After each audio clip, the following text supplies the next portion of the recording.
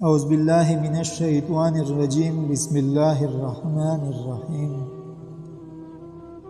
حضرت محمد صلی اللہ علیہ وآلہ وسلم کی تاریخی تقریر۔ غزوہ حنین میں کافر بے شمار مال و اسباب چھوڑ کر بھاگے تھے۔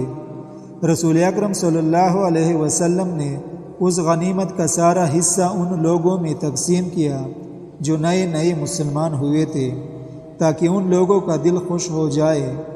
انصار میں سے بعض لوگوں کو یہ امتیاز اچھا معلوم نہ ہوا اور انہوں نے آپس میں کہا، تعجب ہے کہ حضور اکرم صلی اللہ علیہ وسلم قریش کو تو مال غنیمت دے رہے ہیں اور ہمیں نہیں دیتے، حالانکہ ہماری تلواریں ابھی تک قریش کے خون سے رنگی ہوئی ہیں۔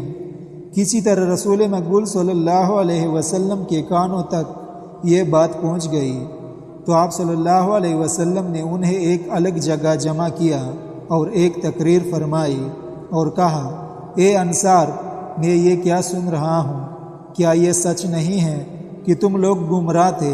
خدا نے میرے ذریعے سے تمہیں ہدایت کا راستہ دکھایا اور تم لوگ تنگ دست تھے۔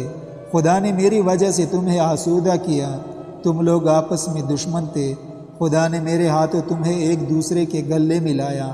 اب تم دنیا کے توڑے سے مال کی خاطر دل میں میل لاتے ہو۔ اے انصار، تم لوگ تو اسلام پر ثابت قدم ہو چکے، یہ قریش نئے مسلمان ہوئے ہیں، میں نے ان کا دل رکھنے کے لیے انہیں مال غنیمت دے دیا۔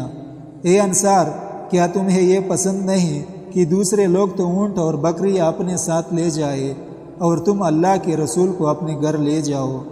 خدا کی قسم، مجھے تو تم سے اتنی محبت ہے کہ اگر مہاجر نہ ہوتا تو انصاری ہونا پسند کرتا، اور اگر لوگ جدا راستے اختیار کرتے تو میں انصار کا راستہ اختیار کرتا۔ رسول اللہ صلی اللہ علیہ وسلم کی یہ تقریر سن کر انصار بھی اختیار رونے لگے اور اتنا روئے کہ ان کی داڑیاں آنسو سے تر ہو گئی، اور پھر آنسو پونچھ کر کہنے لگے، ہمیں مال غنیمت کی ضرورت نہیں، ہمارے لیے اللہ کے رسول کافی ہیں۔ ناظرین کرام، اسی طرح کی مزید اسلامک ویڈیوز کے لیے ہمارے چینل کو سبسکرائب کیجیے۔ اللہ حافظ۔